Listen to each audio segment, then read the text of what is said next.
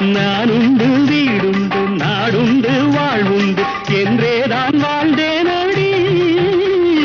நாளாக நாளாக தாளாத கோபத்தில் நான் வேங்கையானேனடி.